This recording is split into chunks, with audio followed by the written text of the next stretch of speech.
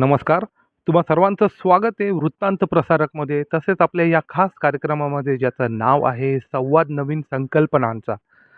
येणाऱ्या ह्या ज्या लोणावळ्यातल्या निवडणुका ज्या लागल्या आहेत स्थानिक स्वराज्य संस्थेच्या, त्यामध्ये प्रमुख म्हणून प्रभाग क्रमांक 4 च्या उमेदवार सौ मीनाक्षी सुरेश गायकवाड या आपल्यासोबत आज संवाद साधणार आहात आणि आपण थेट त्यांच्याशीच गप्पा मारणार आहोत. तर तुमचं स्वागत आहे आपल्या चॅनलमध्ये. नमस्कार. काय सांगाल तुम्ही, येणारी ही निवडणूक आहे आणि प्रभाग क्रमांक 4 जो आहे, काय तुमचं विजन काय? नमस्कार. मी प्रभाग क्रमांक 4 यामध्ये भारतीय जनता पक्ष या पक्षाकडून मी उमेदवार म्हणून उभी आहे.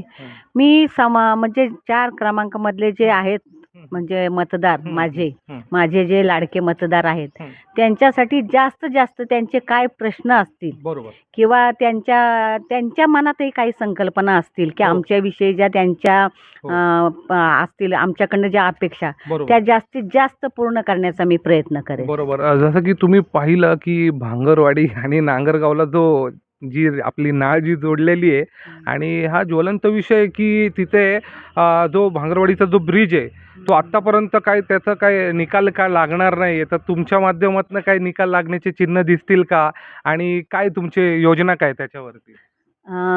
त्याच्यासाठी जो ब्रिज आहे तो खरोखर फार मोठा प्रश्न आहे.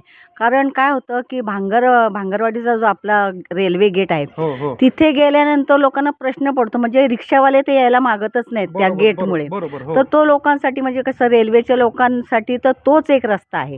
जे रेल्वेमध्ये जे रेल्वे कॉलनीमध्ये जी लोक राहतात त्यांच्यासाठी तो एकच रस्ता आहे. आणि मग समजा कोणी आजारी असेल आणि त्या पेशंटला जर म्हणजे हॉस्पिटलला न्यायचं असेल तर त्या रेल्वे गेटमुळे त्यांना फार मोठा प्रश्न पडतो की हा ब्रिज कधी होणार. तर तो ब्रिज जितक्या लवकरात लवकर बनेल यासाठी माझ्याकडून जे काही प्रयत्न करायचे ते मी पूर्णपणे प्रयत्न करेन. जसं की आपण बघितलं की तुमचे होम मिनिस्टर जे आहेत ते नगरपालिकेचा त्यांना दांडगा अनुभव आहे आणि ते एक चांगल्या विभागामध्ये होते. तर त्यांच्याकडनं काय सल्ले वगैरे काय? नक्कीच म्हणजे माझे जे पती आहेत मिस्टर माझे, त्यांनी 32 वर्ष नगरपालिकेची म्हणजे प्रामाणिकपणे सेवा केलेली आहे आणि त्यांच्या डोक्यामध्ये म्हणजे भरपूर संकल्पना आहेत की त्या मी उतरवण्याचा पूर्णपणे प्रयत्न करेन. बरोबर. आणि जसं की आता आपण बघतोय हा जो प्रभाग क्रमांक 4 मध्ये एक लोणावळा बघितलं की आपण त्याच्यामध्ये लायन्स पॉईंट येईल, भुशी डॅम येईल, खंडाळ्यातले जे काही स्पॉट आहेत आता नव्याने जे आपलं लोणावळा खंडाळ्यातलं जे तलाव आहे तेही एक पर्यटकांसाठी एक मार्ग आहे. तसं प्रभाग क्रमांक 4 मध्ये एक रेल्वेचं म्युझियम असं बघण्यात येते. तर तुमचं काय दृष्टिकोन काय?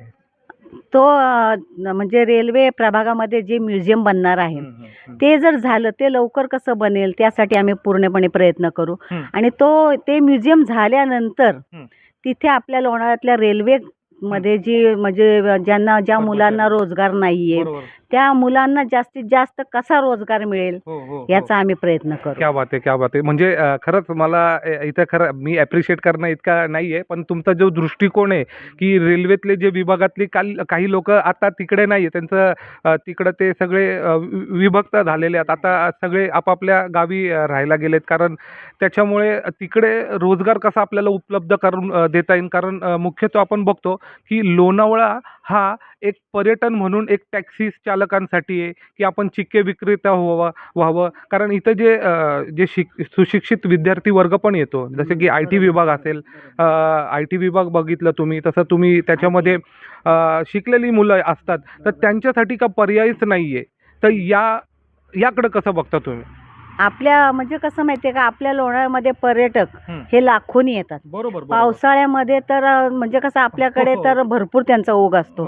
तर त्यांच्या सहाय्याने आपल्या गावातील आपल्या रेल्वे विभागातील जी मुलं किंवा जे रिटायर झालेले सुद्धा माणसं आहेत तर त्यांना सुद्धा रोजगार हवा असतो की काहीतरी साईड बाय साईड म्हणजे किंवा शरीराला व्यायाम किंवा मनाला व्यायाम ह्या उद्देशाने त्यांना पण काहीतरी हवं असतं. तर त्यांच्यासाठी मी वारंवार त्यांच्याशी संपर्क साधेल, हो. त्यांना म्हणजे त्यांच्या काय अडचणी आहेत हो, हो. किंवा त्यांना काय हवंय मी आमच्याकडनं. मुद्दामूनच तुम्हाला थांबवतोय की इतके इंटरव्ह्यूज वगैरे मी घेतो, त्यामध्ये मुख्य तुम्ही आहे ना जो आता ज्याच्यावरती फोकस केलेलं आहे की जे रिटायर लोक असतील बरोबर. त्यांना कसं आपल्याला रोजगार देता येईल, हो, हो, कारण हो. त्यांचा एक व्यायाम कसा म्हणजे तुम्ही हो. सर्व दृष्टिकोन त्याच्यामध्ये बघता. ते मला मला खरंच खूप आनंद वाटतो की असे उमेदवार इंटरव्ह्यू घेताना मिळाले. आणि असं काही आपसूक आपण काय ह्याच्यामध्ये रिटेक वगैरे घेत नाहीये का, हा वन टेक आपला इंटरव्ह्यू चालतो बरं का. याच्यामध्ये तुम्हाला जे म्हणजे तुमची जी विजन तुम्ही सांगता लोकांपर्यंत कसं म्हणजे काय लोकांना मला द्यायचं हे खरंच खूप मला मला अभिमान पण वाटतो त्या गोष्टीचा.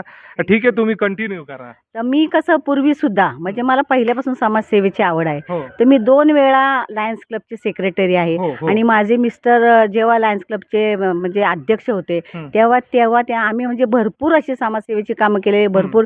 त्यातला एक म्हणजे जो निगडी आणि खोपोली हं. तिथला जो बस स्टॉप आहे बरोबर. हो, तो माझ्या मिस्टर अध्यक्ष असताना त्यांच्या अध्यक्षतेखाली क्या बात आम्ही आहे. तो बस स्टॉप की आम्ही लोकांचा असा विचार केला की लोक उन्हामध्ये उभी राहतात हो हो किंवा बसायला काही नसतं, बरोबर. तर हो. म्हणजे त्याच्यासाठी आम्ही तो पहिला विचार करून तो बस स्टॉपचं बरोबर. आणि काम जसं करून की घेतलेलं तुम्ही आहे. बोलताय की लोकल ट्रेन्स पण आता त्याचा पण मार्ग म्हणजे हां, तो हां. पण खूप जिव्हाळ्याचा प्रश्न आहे, कारण हो. एक लोकल गेली की एक तासन-तास बसावं लागतंय. बसावं लागतं. तो जो तुमचे म्हणजे हो, हो. मिस्टरांनी जो अध्यक्षता असते ना तो केलेला आहे बस डेपोचा निगडी ते लोणावळा खोपोली सॉरी, हां, बस स्टॉप. मला करेक्ट केल्याबद्दल थँक्यू. तर तो जो मार्ग आहे तो एक खरंच एक म्हणजे तुम्ही सुरू केलं त्याबद्दल चांगलं झालंय का नागरिकांना एक सुविधा पण त्याच्यामध्ये निर्माण झालेली आहे. आणि मी आता एक वेगळ्या थोडा निवडणूक थोडा वेगळा वळतो मी. तसं बघितलं की तुम्ही एक उत्तम गायिका पण आहात. तर तुम्ही त्या कलेला कसं काय जोपासता? कारण घर सांभाळून आपल्या कलेलाही जोपासणं हे पण खूप महत्त्वाचं आहे. तर याच्याबद्दल ऐकायला आवडेल. मला तर तशी लहानपणापासूनच गाण्याची आवड होती. हो, पण लग्न झाल्यानंतर आमचं म्हणजे जॉईंट फॅमिली होती. हो. मग त्यामध्ये म्हणजे माझी कला मला जोपासता आली नाहीये.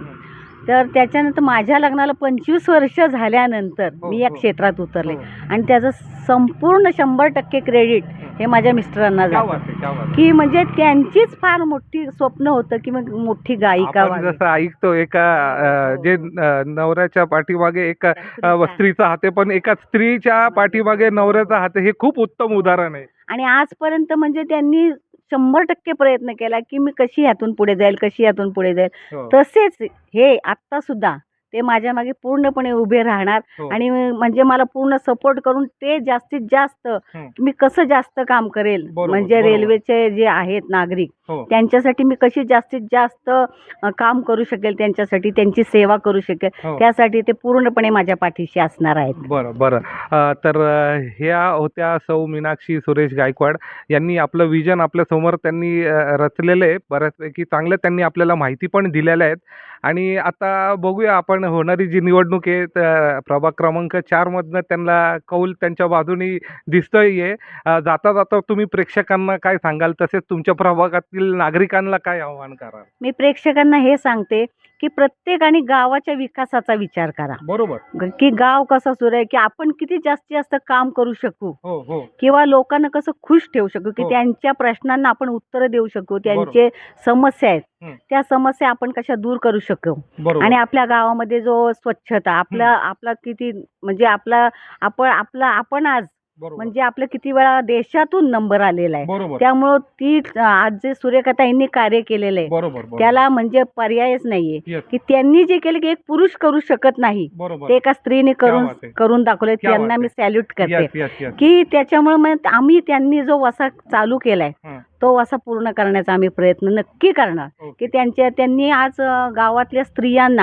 हं. घरातून बाहेर काढले. वेगवेगळे त्या कार्यक्रम घेतात हां, हां, आणि हां. स्त्रियांच्या कलेला त्यांनी वाव दिला. क्या बात आहे. की पूर्वी म्हणजे स्त्रिया कसं चूल-मूल बरोबर, इथपर्यंतच होता. बरोबर, पण बरोबर. त्यांनी म्हणजे स्त्रियांमध्ये जी कला होती हो. ती त्यांनी बाहेर काढली. स्त्रियांना बाहेर काढलं. आज त्यांचा कार्यक्रम असला की कमीत कमी 10,000 स्त्रिया बाहेर बरोबर, येतात बरोबर, की ज्या बरोबर. कधीच बाहेर पडत नव्हत्या. बरोबर, हो. आणि हौसेने म्हणजे डेअरिंगने त्या स्टेजवर जातात. हो. त्यांनी काय कार्यक्रम त्याच्यासाठी म्हणजे मी त्यांना खूप त्यांना मानते की बरं. आपल्या सूर्यकथाई असो किंवा आपले जे श्रीधर पुजारी आहेत हो. त्यांना दोघांचे मी फार आभार मानते हो. की त्यांनी मला म्हणजे ही संधी दिली त्याबद्दल मी त्यांचे शतशः आभार मानते. हो. आणि मी त्यांनी जे मला कार्य करण्यासाठी घेतले ते कार्य मी पूर्ण करण्याचा पूर्णपणे प्रयत्न करेन. बरं. तर ह्या होत्या मीनाक्षीताई. तर आपण इथेच थांबूया. धन्यवाद.